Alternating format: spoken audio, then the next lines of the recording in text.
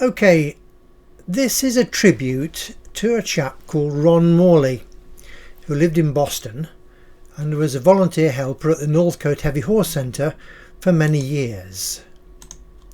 Now, I'm reading this from a script, so I'm going to try and look at the camera as much as I can, but over the many years of my life, I've met a huge number of people from all walks of life. Consequently, I've been asked to speak at several funerals where the family themselves could not face the task of speaking about their departed loved ones. If I'd been living in England at the time of Ron's death and been asked to say a few words, then these are the words. Ron Morley, a tribute.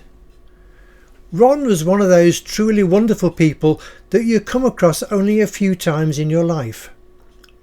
He was a volunteer helper at the Northcote Heavy Horse Centre near Spilsby in Lincolnshire for many years during the early part of the 21st century.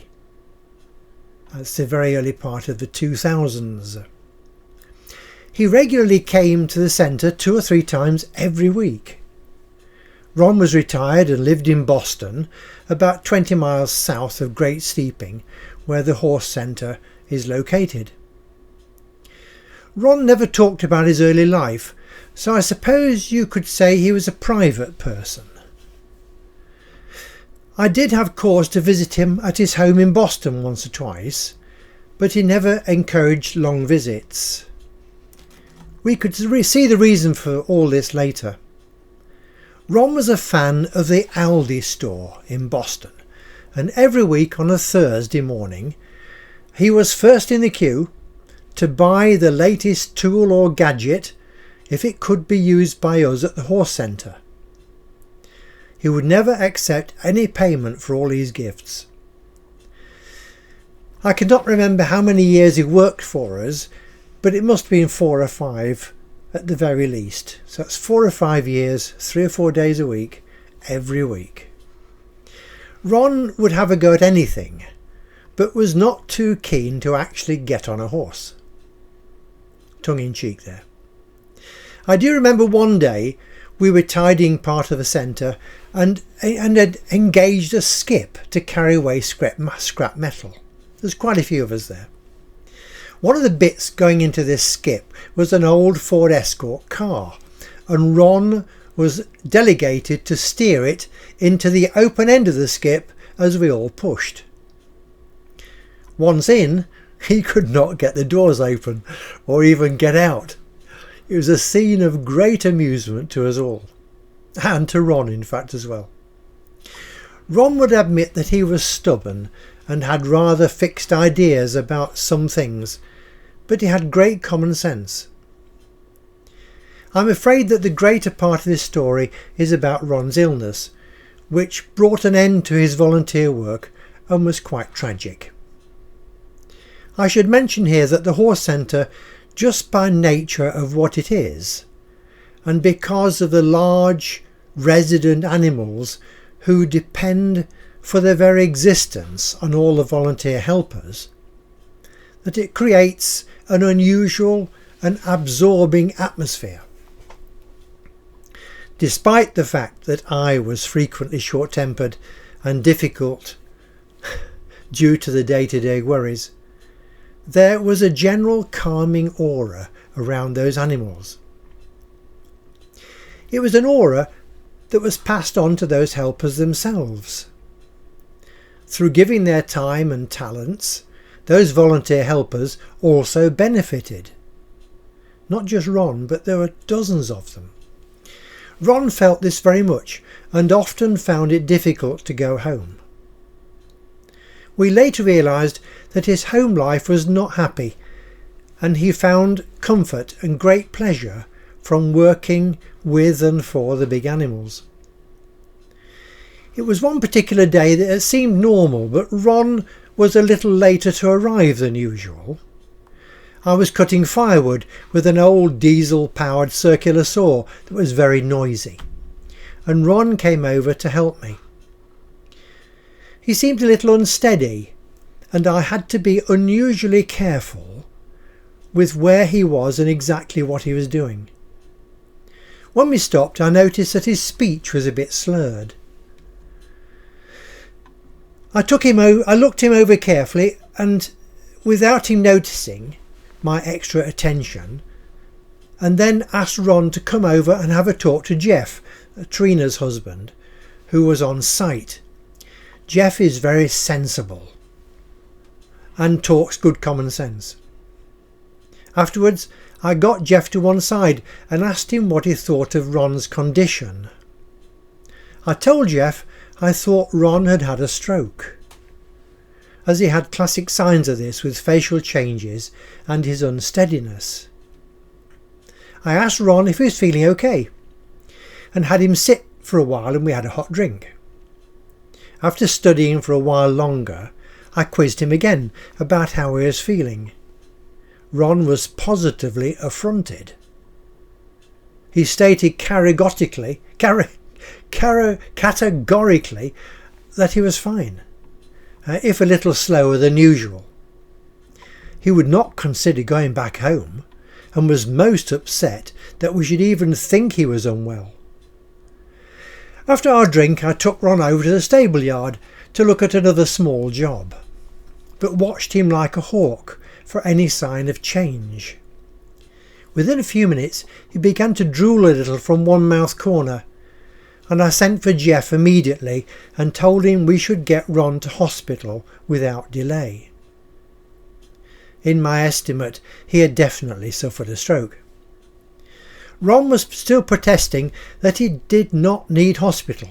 He quite obviously knew something was not quite right, but did not want to leave us.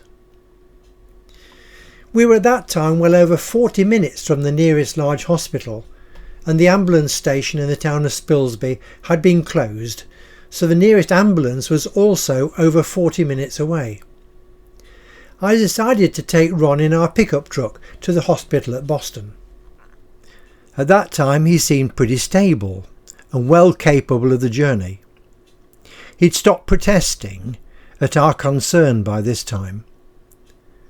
Jeff was following behind me, driving Ron's own car. We only managed to get to the junction with the main road to Spilsby at Haltonstone Bridge when Ron took a turn for the worse. I had a mobile phone, and having stopped the truck, went round to the passenger side to support Ron while calling for assistance. I was told that an off-duty paramedic living in Spilsby would come straight away, which he did. Well within 5 minutes. He assessed Ron and gave him an injection to help him and called the air ambulance. This was with us within another 10 minutes. This caused rather a situation, as the field right next to us, chosen for its landing ground, contained a wooden garage that promptly collapsed as the helicopter landed. Ron was off to hospital in Boston and in good hands. The next part of this story takes place at the Pilgrim Hospital.